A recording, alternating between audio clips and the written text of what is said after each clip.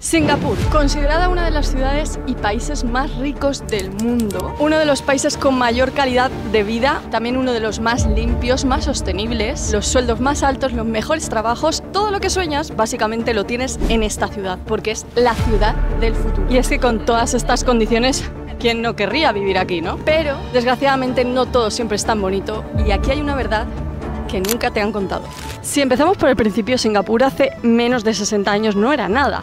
O sea, todo esto que se ve ahora era nada. De hecho, era prácticamente como una explanada vacía en la que no había casi edificios. ¿Qué pasó entonces? Singapur se separó de Malasia o obtuvo su independencia. No se separó por gusto, sino que Malasia realmente lo decidió democráticamente en unas elecciones. O sea, más o menos como que les expulsaron. Cuando Singapur se independizó de Malasia, estaba en el poder el señor Lee Kuan Yew y empezó un progreso hacia lo que él creía la ciudad del futuro. Y para llegar a conseguir el país que hoy conocemos como Singapur se basó en tres cosas distintas: la obediencia incondicional a la ley, el espíritu trabajador de sus habitantes y la tolerancia entre los diferentes grupos. En un principio, esto suena bien, ¿no?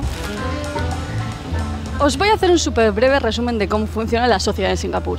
Y es que aquí no funciona por tu familia, si tiene más o tiene menos, si con eso consigues, como en otras partes del mundo, sino que funciona por méritos. Si tú eres muy bueno en el colegio, pues vas a conseguir mejor universidad, mejor empleo, mejor casa. ¿Qué pasa si no eres tan bueno? Pues que tu nivel de vida pues no va a ser tan bueno. Y esto funciona así en casi todo en Singapur, en cuanto a trabajo, en cuanto a estudio, en cuanto a todo. Entonces, ¿qué pasa? Que la gente en Singapur quiere siempre ser lo mejor que pueda ser para su país, porque así también va a obtener mejores recompensas. Esto es lo que pensó el señor Lee, que era mejor, porque así la gente trabajaría o estudiaría con mucho más ánimo, se esforzaría mucho más y así el país sería pues mucho más próspero. Mientras estaba aquí grabando, han venido unos chicos que estaban aquí trabajando, están como viendo que todo el estado de los árboles esté correctamente y se han quedado mirando como un montón de rato esto que hay aquí. Seguramente algo como esto en Singapur pues no debe pasar porque quieren que todo esté súper limpio, súper perfecto, pero me ha asombrado muchísimo que estuvieran tan preocupados porque ese azulejo estaba dañado. Y esto es un poco el ejemplo de lo que se estaba diciendo ahora mismo. La gente pasa la mayor parte de su vida intentando ser mejor que los demás. No sé si esto a la larga obviamente es malo psicológicamente para ellos y está demostrado, pero aparte de esto no sé si es algo como muy bueno, porque realmente es como una sociedad que solo busca tener más y ser mejor continuamente. Además se parece un montón a la sociedad o cómo está tratada la sociedad tanto en Corea del Sur como Corea del Norte. Entonces yo buscando comentarios de gente que trabaja y vive en Singapur he encontrado algunas perlitas que os voy a dejar aquí, como por ejemplo gente que trabaja más de 12 horas al día y claro, tiene un buen sueldo, pero estás trabajando 12 horas al día. Singapur es mucho más que la zona de los árboles famosos que todos conocemos o el Marina Bay, que es la zona más rica de la ciudad. También hay otros barrios,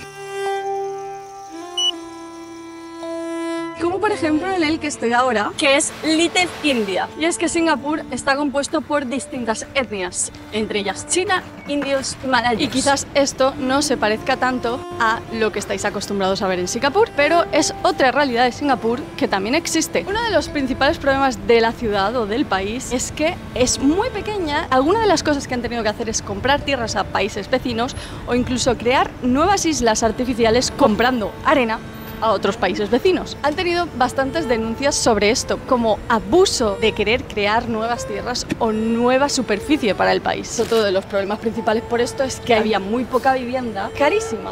Lo que hizo el gobierno fue crear como una institución que construía viviendas de protección. Simplemente están construidas en suelo del gobierno y valen como un 30% más barato de lo habitual. Cuando compras una vivienda de estas del gobierno no la eliges completamente tú, sino que están muy seleccionadas por el gobierno, porque lo que quiere el gobierno es que se mezcle esta gente y no cree pequeños grupos que haga que el resto de minorías se sientan desplazadas. Podría ser bueno, pero también están controlando un poco tu vida, ¿no? Hay una frase de mi amigo señor Lee que me gustaría leer, que dice: si no hubiéramos intervenido en cuestiones personales, ¿quién es tu vecino? ¿Cómo vives? El ruido que metes, si escupes o la lengua que hablas, no estaríamos aquí ahora. Decidimos lo que era correcto.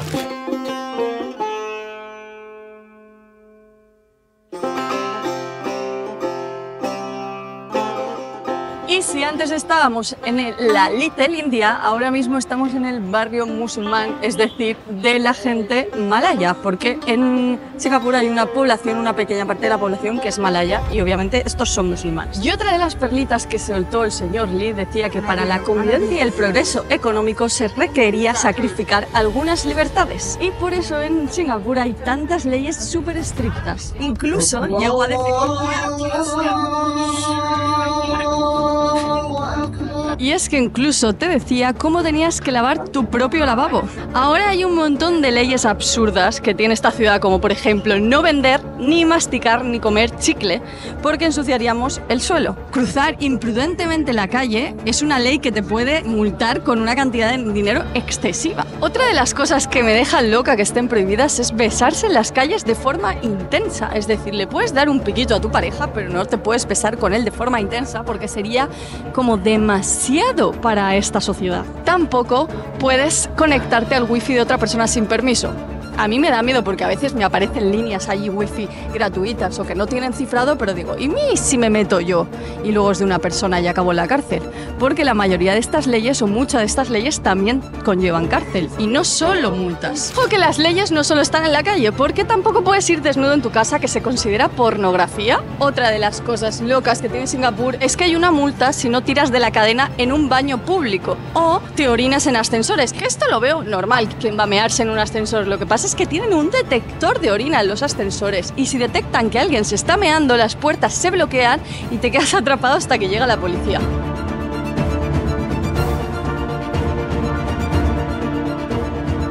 Vender o consumir marihuana conlleva una multa, pero si la vendes, por lo mínimo que sea, vas a la cárcel un montón de años. Y además también hay leyes que conllevan castigos físicos, pegarte con un látigo y cosas de este rollo, que me parece algo brutal y loco que siga existiendo este punto de la historia. Y de verdad que no estoy exagerando con esto. Te digo que Amnistía Internacional, que es una organización que regula los derechos humanos, dice que hay tantas restricciones que prácticamente no hay libertad de expresión en el país. Y no solo eso, es que tampoco hay libertad de prensa, porque todas las organizaciones o todos los organismos de prensa o son del Estado o las que son privadas, el Estado tiene acciones. Entonces... esto lo ha dicho Reporteros Sin Fronteras, o sea, no lo estoy diciendo yo, es que hay muchas organizaciones que ya se han fijado en este país y está viendo que algo raro pasa.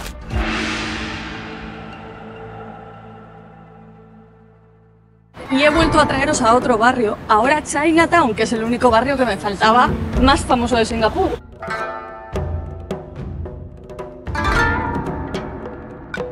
Aunque yo sinceramente no siento que sean barrios tan marcados por su carácter como en otras ciudades de Asia, quizás por lo que hemos hablado antes. Aunque se supone que en Singapur hay elecciones cada 6 años, no hay ninguna oposición al partido político actual. ¿Realmente tienen una decisión de voto esta gente? Porque el mismo partido que empezó, el del señor Lee, es el mismo partido que sigue en el poder. Y sí, es uno de los países más ricos del mundo y es que una de cada 6 personas tiene $1 millón al menos en el banco, pero es que también hay un 30% de la población que es extranjera. Una de cada 6 personas tiene $1 millón, pero a que nadie te dice que un 15% de la población es totalmente pobre. ¿Quién me dice que realmente los que son ricos son los extranjeros en este país? Y aunque su bandera significa muchas cosas como democracia, paz, progreso, igualdad, hay muchas otras cosas que no nos están demostrando eso. Por ejemplo, hasta hace solo 2 años, los homosexuales estaban totalmente castigados en el país, incluso con pena de cárcel. Me parece bastante locura para un país que dice ser igualitario, con una armonía, que acepta a todo el mundo. En 2012 se hizo una encuesta y salió que el 56% de los entrevistados, o sea, una encuesta aquí en este país, obviamente, quería irse de este país. Y no solo eso, sino que un mes más tarde hicieron otra encuesta, otra organización distinta, y salió que los singapurienses eran los menos felices, menos optimistas del mundo. O sea, por debajo de países como Irak, Afganistán, países en guerra. Thank you, bye bye. Y yo me pregunto, ¿castigamos países como Corea del Norte o lo tenemos tan mal visto? No voy a defender a Corea del Norte, obviamente, pero los castigamos tantísimo y en cambio decimos que países como Singapur son el mejor país para vivir, el país del futuro, el país más rico. Todo el mundo adora a Singapur sin saber realmente que muchas de las leyes o muchas de las cosas que pasan en Corea del Norte pasan también aquí. O sea, no estoy exagerando, es una realidad. O quizás esta es la prueba definitiva de que el dinero no da la felicidad.